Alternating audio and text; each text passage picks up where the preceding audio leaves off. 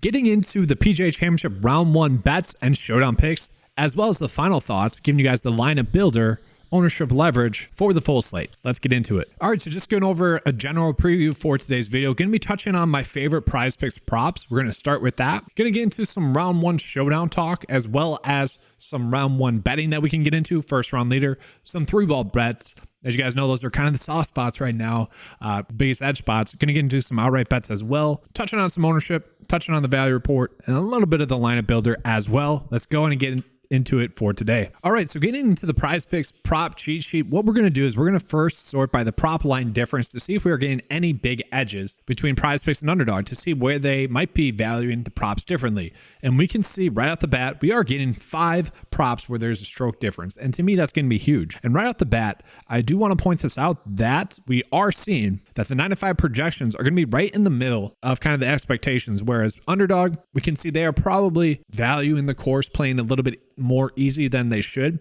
So more likely than not, the best props would be actually to do this on underdog, where we are betting the overs here. Okay. And if you guys are playing on underdog, just want to remind you guys, use the 9 to 5 promo code if you haven't signed up before, because there is a big edge fantasy golf wise. They just haven't seemed to caught up, it seems like. Use the promo code 9, the number 9 spelt out, TO, and then 5 spelt out as well. That'll give you $100 match of a deposit up to, or 100% match on a deposit up to $100. They also will kick back some money my way. So it's kind of help me help you situation there. Okay. And I think that's going to be the best bet. Now, you could also reverse that and then also bet the under bets on prize picks, because if we're doing 4 of them, at least we're going to have a good payout. So like this is easily a bet that you can go out and make there on prize picks if you chose to do so. Like this is a solid bet. Now, what you would want to do is, to me, the biggest standout ones, given their play, given how they're projected to play, would be Ricky Fowler and Wyndham Clark. To me, with prize picks, the way they have their scale set with fantasy golf is they don't do the full payout like they typically would for any other sport. So you want to bet these more or less individually together. So then this would be kind of my favorite bet on prize picks, at least for round 1, obviously. Okay. And I also want to touch on a couple of matchup based bets as well. So now we look at some of the best matchup bets. And I want to point this one out with Wyndham Clark, because he is also matched up against Jason Day. This is a trend that has been going on a lot. And so kind of how I view this is that we are basically getting Wyndham or Jason Day versus Adrian, right? To me, Wyndham Clark and Jason Day are kind of the same plays. Don't get me wrong. Adrian actually ranks out as a very strong play this week. So not a lock and load, but Clark more times than not should be able to go out and not produce him. Then we look at Taylor Pendrith and Terrell Hatton. Looking at the 9 to 5 model, that's the biggest spread that we get for a matchup. So I like that one. And then Matt Fitzpatrick versus Ming-Woo Lee. Yes, we're betting on Matt Fitzpatrick to continue to play well, but more times than not, he's going to be able to beat Ming-Woo Lee, especially in this situation. So also a pretty good bet there. And then just real quick, we'll flip it around, see if we're getting any props the other way. No, not really. I mean, birdie or better, you could bet the under there on underdog. Once again, that is kind of the difference that we're getting there is with those bets, it seems like. Now, I do think Ricky's going to have a good day, but this is kind of where we could do kind of both a little bit. Obviously, if he gets under 3.5 birdies or better, doesn't get 4 birdies, then more likely than not, the prop on underdog of betting over strokes is going to hit. So it's kind of a way of hedging, but I don't mind it. So now let's go ahead and get into round 1 showdown. So what I want to look at is I'm going to sort by early tee times. That's what we're going to do first. Okay. Then I'm going to scroll down here and I'm going to look at round 1 rank. Which golfers are the top golfers for round 1 that have the early tee time? We can also sort by round 1 points. And that's what I want to go off of. Okay. I want to be looking at round 1 point, because these are obviously going to be the best round 1 showdown plays then. So where we're looking at John Rahm, Scotty Scheffler, Victor Hovland, Justin Thomas, Colin Morikawa, Joaquin Neiman surprisingly popping up there and there, Jason Day, Wyndham Clark, those are all going to be good plays to go with. And so obviously with these guys ranking out as great round 1 showdown plays, we want to use that on showdown. But there's 2 other ways that we can go ahead and apply this knowledge and this data. It's kind of straightforward. What I always like to do is go with the best plays from early round 1 and use those plays in a showdown build. We can also use that for betting. So let's go ahead and look at that. So we're going to get into the betting tab here. So now what I went ahead and did is I went through and clicked all those players that we want to be on, given the showdown tool for first round lead. And then I went by bet type, sorting by first round lead or bet type. And then we're looking at early tee times. Okay. Now we're just trying to find which bets would be the best bets to make, kind of where they'd make them. And we're seeing William Hill we're getting some good odds there. Like if we're betting Wyndham Clark, Victor Hovland at the first round lead, we'd want to do it on William Hill or Draftkings Sportsbook. Okay. We could do Joaquin Neiman on BetMGM, Denny McCarthy probably on DraftKings. Okay, and this is just a good way to use one of these tools that is just trying to win us more money, right? I kind of tell people not to shop around because you tend to kind of put an overemphasis on getting the best odds rather than making the best bet. But that's gonna be for you guys to decide. This is a good way to go about using that if you guys choose to do so. And then just looking at it, we are getting some interesting props from DraftKings for round one. And so I kind of like doing these bets, just betting on those great round one picks to top 10. Okay. Now these are going to be better bets on BetMGM because of this. I want to point this out because BetMGM does not do this. They'll pay out a tie. That's going to be a better bet to make over there. Okay. Because if these are ties, we're not getting the full payout. But I do like the numbers that we are getting on these. These should be solid bets. Okay. And that's where we're getting plus money on these. Okay. Plus money there for first round lead. They're pretty likely to have the first round lead, as we saw. This is pretty predictive. And if we go ahead and look at the PGA Championship, let's just look at their odds to top 10, some of these guys. We are getting better odds for these guys. Like for Scotty Scheffler to top 10 for the tournament, minus 120. For Scotty Scheffler to top 10 in the first round lead, plus 200. Very good odds right there. And I just kind of want to point that out. So you guys kind of get the betting aspect of what I'm going for there. Let's also look at some round one 3-ball bets. So obviously we're not getting that much data in on these other guys, but we can clearly see like Wyndham Clark does have the best matchup out of anyone in round one. So I do think we're just going to roll with Wyndham Clark round one as a strong likelihood to win. And we can get some decent odds out there. Now, not every sportsbook is going to have this specific one available. That's kind of where we might need to shop around a little bit. You do JJ Spawn here. I don't mind that. Brennan Todd as well. Those are going to be decent ones. So here are some bets that we can actually go ahead and make. I don't mind Tom Hoagie, although KH Lee has been playing well. Ryan Fox is a pretty solid player. Victor Perez you could potentially do. Silly Tagala, Sunjay Im. I kind of feel like none of these are perfect locks. Okay, they're all solid bets. Maybe a day in which we don't overly attack round one 3-ball bets, especially or specifically on DraftKings, where they are very much limiting the ones that we can make. Sure, could do Victor Perez, could do Sunjay Im. I don't really like the minus odds there though. Okay. Patrick Reed is probably my favorite one, which sounds weird to say. Like if I had to choose one round one 3-ball bet, it would be Patrick Reed. Weird. And then Neiman over Connors, and this guy's a long shot bet. It's pretty much a 50-50 between these two. And I think Neiman's going to have a better day, sets up better for this track. All right. So let's go ahead and continue on. Just real quickly, touching on some of my favorite bets here for top 30. And I like these because we're getting good numbers on them. So let's look at that. You guys will be able to see the lines I met. So Sunjay has really just been a top 30 machine. If he continues to play well, I do expect him to top 30. You can make that bet. Same thing with Terrell Hatton. These two are two players I'd be fine betting top 10. I am more or less just trying to ensure that we have bets that are going to hit. And that's what I'm looking at there with Sunjay and Terrell Hatton. Wyndham Clark won the top plays this week, just being undervalued by the industry. Same thing for Ricky Fowler. If they're on their game like they have been, they should be locks to finish top 30 or better. And I just love the fact that we're getting plus numbers on them. Like that's a little bit shocking to me. We continue on. Gary Woodland, Jaeger. Oh, I love these two bets for top 30. Jaeger and Woodland have both been playing better. And don't get me wrong, they both rank out like 31, top 31. So the better bet would be on what? It'd be on like a top 40 bet or even to make the cut. But they both rank out really well. Okay, Jaeger has played well on Donald Ross tracks, played well at the Houston Open, which are going to be good comp courses. And he's coming in some of the better recent form given his price point. Top 40, okay? Specialist wise, top 31 as well. So it wouldn't be shocking to see him have a good week. And it just seems like the industry is kind of misvaluing him. So, it's going to be up to you guys to decide if you want to do like a safer bet or a more aggressive bet. I would say the top 30 is going to be much more of an aggressive bet. Then we pull up Gary Woodland, kind of the exact same stuff, although he has been playing better recently. Guys, he finished top 34 last year at the PGA Championship, and Gary Woodland was pretty bad last year, okay? Once again, the safer bets are going to be for Gary to really make the cut, but I do see him setting up well for this track, and we just need one of those two to top 30, so I don't mind those bets. And actually, I think that would be the better move for Jaeger. It's just safer with Jaeger and Gary. I think that'd be the better way to go. So I'm actually going to do that. Update those. And then I have one top 20 bet. I think that's going to be Matt Fitzpatrick. Just love the plus 130 on that. That's a good number for him. I do think he has a great chance to top 10, so don't get me wrong there. I think that'd be a good bet as well. But let's go and look at those bets. So I do like the plus numbers that we're getting on Patrick Cantley, Xander Schauffele. Let's go back into that betting tool real quick. So we can sort by the odds that Vegas is giving for a player to get a top 10. Okay, so we can look at that. And we can kind of see like Xander Schauffele over his past 20 starts has finished in the top 10 a bunch. Okay, he's just been a top 10 machine. And so that's probably my favorite bet. And we are getting some good odds across the board. The best odds that we're getting for him to top 10 are going to be on Bet 365.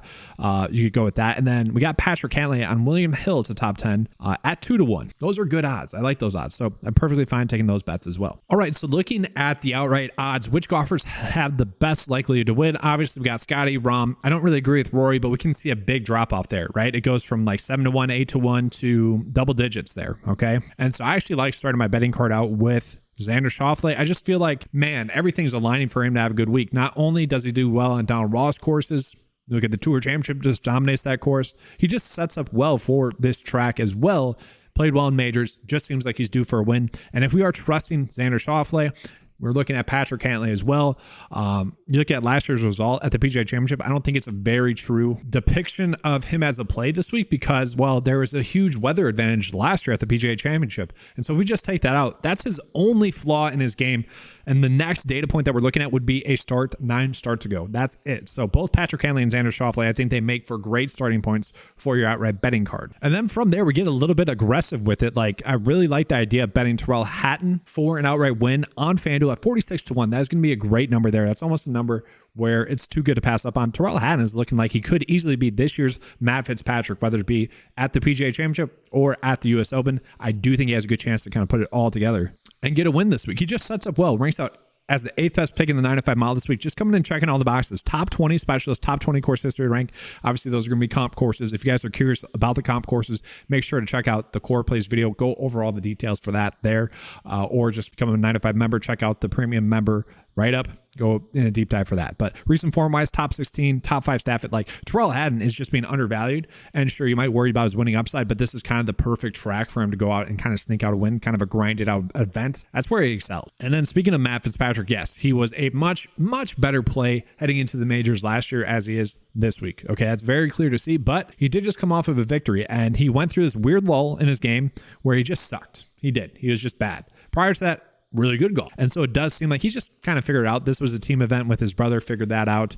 And so just good enough golf from Matt Fitzpatrick. It's more or less me betting on him figuring out his game. And if he did, yeah, we're getting some good odds on Fitzpatrick as well. And then lastly, I really like the idea. It sounds weird. Betting Ricky Fowler. We're getting him basically at 55-1 across the board. You can get him at 65-1 on Bovada, which is awesome.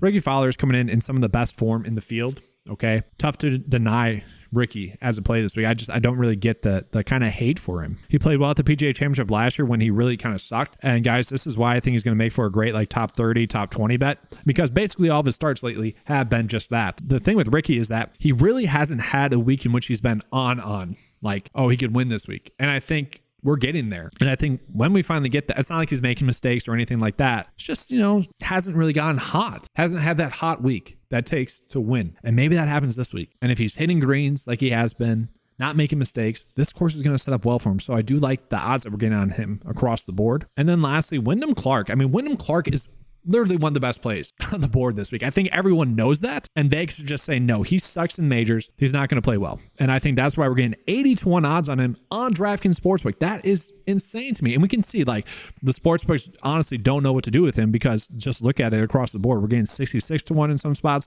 80-1 in other spots. Yeah, there's the discrepancies there. And why is that? Well, prior to his last tournament, Wyndham Clark, biggest issue was his mentality, his mental fortitude to win a tournament. He was very vocal about this at that win, is that I think he said he went to like a therapist, to like a sports therapist to go over this stuff, and he instantly won. And I just love the course that he had going over kind of his mental state in that event and going forward. And so honestly, he's one of the best athletes in the field, one of the best specialists in the field. It just wouldn't be shocking to see him be in contention to win again. Now, do we expect him to win? I mean, it's a major. I do expect him to choke if he gets there, but at the same time, I think there's a good chance he does continue to play well. If he really got better mentally, I kind of like his chances. That's definitely more of a value-based bet. If you want to bet him to top 10, top 20, that's going to be up to you guys as always, okay? Let's go ahead and take a look at the ownership for this week. So as a lot of you guys know, the tools that I go ahead and set up are based around making the information easier for you to absorb. That is the ownership leverage tool. And it's been a huge tool lately. It just has been awesome. You look at 2 weeks ago, man, it was on fire. But week in and week out, like just talking about that real quick, like 2 weeks ago, you look at the top like 10 fades and the top ownership leverage plays, the average finishing difference was 22 in terms of like looking at like this, like the top 10 most overowned, and then the top 10 ownership leverage plays was 22 spots. Typically speaking, it's 7. And that's week in and week out. Now, yes, that's going to be the case because why are players getting overowned? Why are they getting overvalued? Because people are thinking they find value in there. And that's why I have this return value finishing position. So based off of how Brooks Koepka is being valued this week, people are saying that he's going to top 10. That's going to be up for you guys to decide. I do want to point this out. He is not ranking out well for the simple fact that prior to being on the Live Golf Tour, he was terrible on the PGA Tour. And so the data that we have coming in on him, just not that good. And now we kind of see that with some of these other players. Like it does seem like people are taking more of a risk approach with some of the Live golfers. Now, Taylor Gooch doesn't rank out poorly, and he's still coming in as an overall player. One thing I want to point out with it being a major, with this field being loaded is, I don't think we need to worry about the fades too much. Where we are going to gain the biggest edge is looking at these players that are going to be coming in undervalued. Okay. Tom Kim, top leverage play. Some people might be worried about some sort of injury thing. I don't know. Yes, maybe. He's been taping up his wrist. Could be a thing. I don't know. Tough to say, but coming in at 6% top leverage play, probably worth a look. We got JT, Sungjae Im, Victor Hovland, Patrick Cantlay. Those are going to be all players that are coming in underowned. I wasn't going to be on Corey Connors this week, but I might be thinking about now coming in as the 6th best leverage play. And then we just have some quality plays across the board that are coming in a little bit underowned. Thomas Dietrich, less than 1%, one of the better leverage plays. Interesting there. It's going to be up for you guys to decide what you want to do with this information. I just want to make it clear to you. Let's just look at it this way as well. And I feel like people are finally listening to the good advice that's been available for the past 4 months on 9 to 5 Sports YouTube channel for golf. So one of my favorite plays is Xander. And that's the worry. Xander's coming in checking all the boxes this week. Is he going to finally disappoint because of that? It's like it's too good to be true. Interesting there. And no, guys, like the ownership's pretty good this week. Like there's nothing too egregious. Like sure, DJ being higher owned than Max Homa, even Hideki. Like I would much rather be on Hideki at significantly less ownership than DJ. But it's not crazy. It's not like something you can't justify. Like this is a good job. I'm actually really shocked this week. Ricky Fowler coming in, properly owned at 37 overall. Wyndham Clark, a little bit undervalued, properly owned, it says though. And so yeah, it's not an ownership leverage week too much. Okay. Like you can make some decisions based off of this, but we just don't need to go crazy with it. All right, so looking at the best values this week, obviously Wyndham Clark popping up in there. Corey Connors really shocking to me there. Tom Kim, Denny McCarthy, we got Victor Perez, Ricky Fowler. Okay, those are all decent plays. Looks like a FanDuel, probably going to be the same, I'm guessing. Taylor Moore popping up in there. Okay, yeah. I mean, typically speaking, you don't see the prices be that similar there. That's a very good play on FanDuel. Trial Haddon popping up in there. Wyndham Clark. Yahoo, I don't care about Yahoo. All right, so getting into the lineup builder portion of this video, what I want to do is I want to look at the golfers first for round 1 showdown, who I want to be on. And guys, this process is going to be the exact same, in theory, the process that you want to use for an underdog best ball draft. And I just want to point this out. There are some good contests out there on Underdog for best ball drafts. Okay, round 1, $5 entry, 4,500 entries. This is basically a showdown slate disguised as a best ball draft because the players that you're going to end up on when you're making your round 1 showdown build are basically going to be the same players here. And a lot of time you can gain an edge on the field. So just a reminder, if you guys use this, make sure to use that 95 promo code. If you guys are new to Underdog, that does spit back money my way. Promo code 9 spelled out, TO 5 spelled out as well. Link to that is in the description below. So who were the top round 1 showdown plays that we wanted to be on? John Rahm, Scotty Scheffler, we saw that. So let's go ahead and bump up their projections a little bit just to ensure that we are getting them into our builds. Okay. Then Wyndham Clark as well. I assume he's going to be popping up already, but let's just bump up his a little bit. 54. I don't know. Let's see. Victor Hovland as well. We saw he's already pretty high there. Let's bump him up a little bit. 58. Neiman, 50. Thomas was another one. And guys, for the most part, these are plays that are already going to be popping up into our builds when we run this, but I just want to ensure that we are getting that kind of the favorable plays from round 1 showdown into our builds. And just as I'm saying that, like if you literally just didn't make any changes to the showdown data and just spit it into a lineup builder, go 3 unique players and go 35% max exposure, you're profiting week in and week out, which is pretty awesome. Now, sure, there's going to be some days where it might struggle. There's going to be other days in which you're almost taking down GPP or maybe potentially taking down GPP. So let's look at it. Players, we're getting a lot of Patrick Cantlay. So it is definitely trying to go more of a fair and balanced approach. So what we might have to do is kind of lock in those top 2 plays, because I do think we want to be going out of our way to play them. So we're going to lock these 2 in, and we're going to lock them into 40%. And then when we generate it, we're ensuring that we're getting those players into 40% of our builds, and we're getting the rest of the solid plays that we saw available. Okay, maybe we want a little bit more of Neiman. That's basically it. Okay, so let's go ahead and take a peek now at the other side of it, the full slate. And I'm actually curious. I'm just going to run this right away. Do 3 unique players again, 35% max exposure, and seeing which players it spits out to me. Okay, we can see probably, I don't really like Tom Kim this week, but for the most part, we are getting the players that I want to be on. Yeah, Tom Kim, Corey Connors, I don't personally want to be on those guys. Maybe too much Denny McCarthy, probably too much Denny, Victor Perez as well. And so the simple way to go about doing that, click on players here, we go to show usage, then we can see the players that we are in on that we might not want to be on. Like Tom Kim, I don't need to be on him 5%, although good leverage play, right? But this is what I mean. Let's show you guys real quickly those builds again. For ownership, the average ownership is about 74. Doesn't really matter then. Basically, as long as we're under 90, we are sitting pretty for a total percent of ownership. And this has basically been the average winning exposure to lineups. So I'm perfectly fine with that. So already, just by making those simple changes, I guess I would have to do Perez. Let's do those real quick. Perez, Gooch. So just by doing that, we are going to get better builds, in my opinion, already. Okay. Probably too much Neiman still. And so what I want to do is I'm actually going to go into settings, go into player groups, and we're going to make some groups based off of the core plays, high exposure plays that are available on the 9-to-5 write-up. So how I'm setting this up is I got the core plays, the high exposure plays in there, and I want at least 3 of those players in my builds, in all my builds. So let's just go ahead and run that to make sure it works. And so because I am running a constraint against it, I did have to update the max exposure to more than 35%. I did 50. Let's see if 40 will work. 40 didn't work, so I'm fine with 50. And then we could put in more rules in there, like when a lineup includes so-and-so, like Sky Scheffler or John Rahm,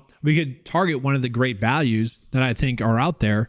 So for example, I don't know, maybe when a lineup includes Scotty Scheffler, I would want Jaeger, who Jaeger to me is one of the best values that we have out there given his price. And so if I generate that, we'll see that now with lineups that we have Scotty Scheffler, we also have with Jaeger. And so what I'll do is I'll continue to make small adjustments through the lineup builder based off of the player pool. These are the players that I'm targeting, going out of my way to play, and I'm going to try to get these target ownerships for all those plays that I want to be on. That is going to be the way I go about operating and getting those plays in the correct ownerships that I want them at. But that's going to be all for this video. Hopefully you guys enjoyed it. Let's have a good slate today. Let's have a good PGA Championship. I'm feeling good about it. Hopefully you guys are as well. Let's have a good slate. And as always, let's keep cashing.